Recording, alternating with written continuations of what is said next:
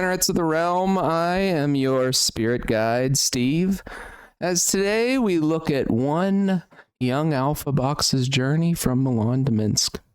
And I have my alpha sticker box shirt on in a ceremony of this momentous occasion, because for the first time in history this week, the price of a non-foil Sorcery Contested Realm alpha set on TCG Player Low is now higher than a full foil beta set.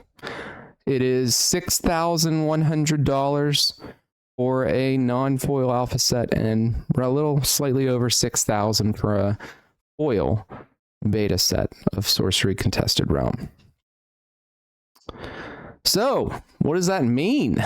I mean, are there new people coming in and buying all this stuff? Is it like 5 people with a ton of money that are just like pumping it to the moon? Is there no supply left? And why isn't this happening with the rest of the sorcery market? Is it players? Are players coming in and buying all this? And based on everything I'm seeing, guys, based on everything I'm seeing, everything I'm hearing, it doesn't feel like it's just contained at this point. And again, I'm going to put out this video, and it's probably going to make alpha prices go higher. But it doesn't feel like it's contained to just this small group. It feels larger, new investors, collectors coming into the space.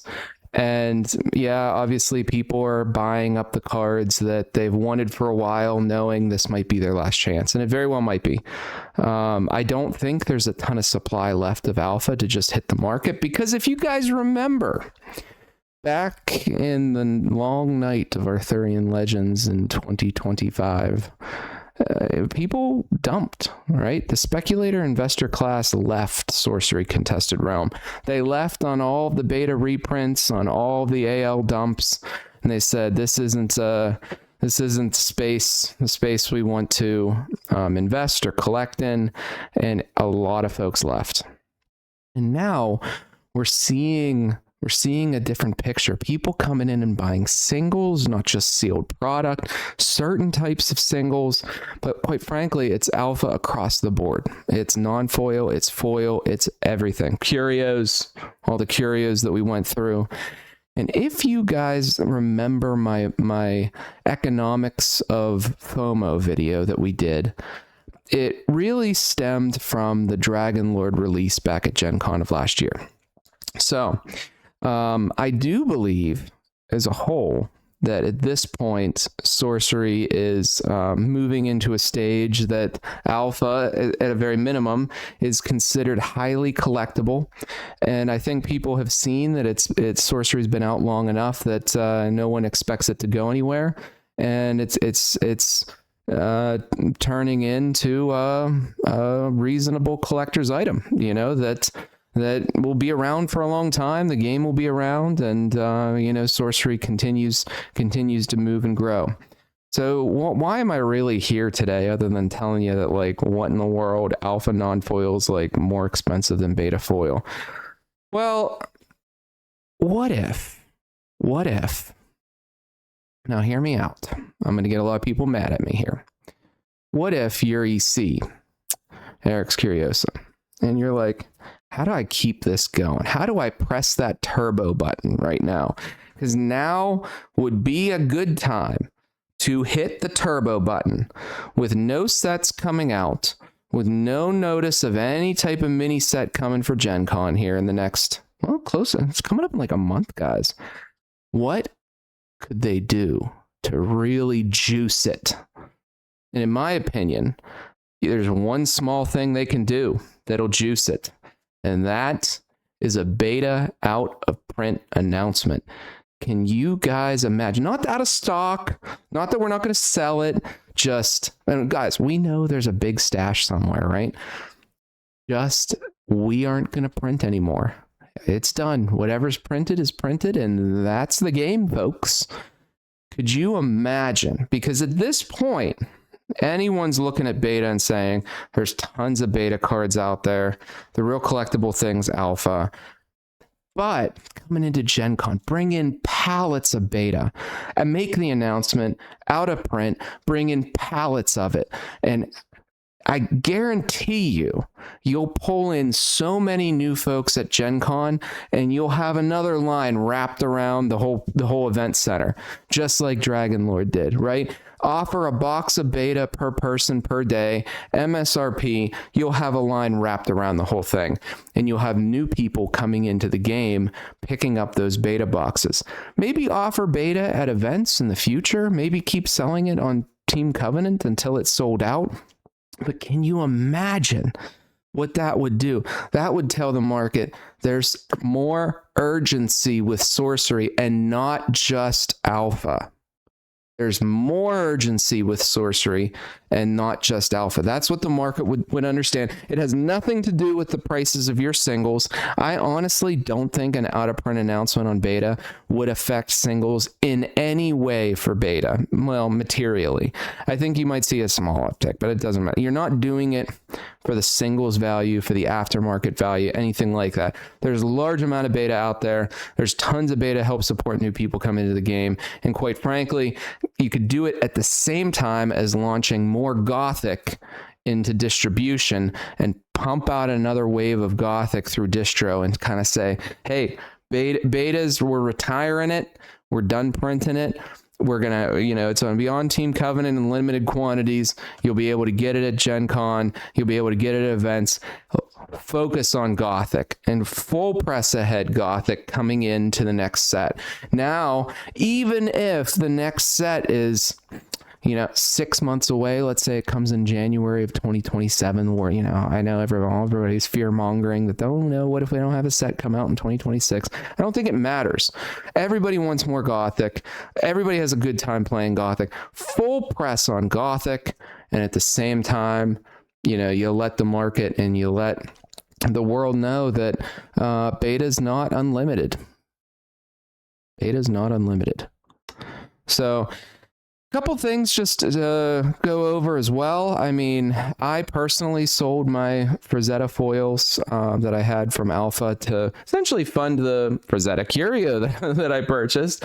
So, I mean, I am happy to do that, but I can tell you a lot of the folks buying some of these things, because I've sold some stuff to help offset some of the curios that I picked up. A lot of newer folks coming into the game, folks. A lot of new people coming in. And again, I don't know where they're coming in from. And it's not names that, I know historically. I've been in this game, Sorcery Contested Realm, pretty aggressively, if I can use that word, since 2023. And, I know a lot of the community members, a lot of the big sellers, big buyers, and we're seeing something a little bit different here. But everybody's kind of afraid to touch Beta, Arthurian Legends, and Gothic, and to a degree, because rightfully so, you don't want to buy something and it linger out there for a bunch of years, and you can wait till tomorrow to collect it, right? I've probably put together 3 or 4 beta foil sets now, and it's just like over time I just kind of put them together, and there's no real rush, right? Even with Gothic, I don't really have a rush to finish my foil set. I just don't. And, I think a little bit of pressure on beta would be a good thing for the market. I think it would be a good thing for exposure for the game, and for essentially driving that FOMO and creating more urgency. We've seen it be successful. We've seen it successful with the Dragon Lord release. We've seen it successful with Gothic. And, I think very successful. Now, another thing to keep your eye on is the dust. The dust. All those dust avatar from Gothic, the foil avatars, are gone. There's no more. They're gone.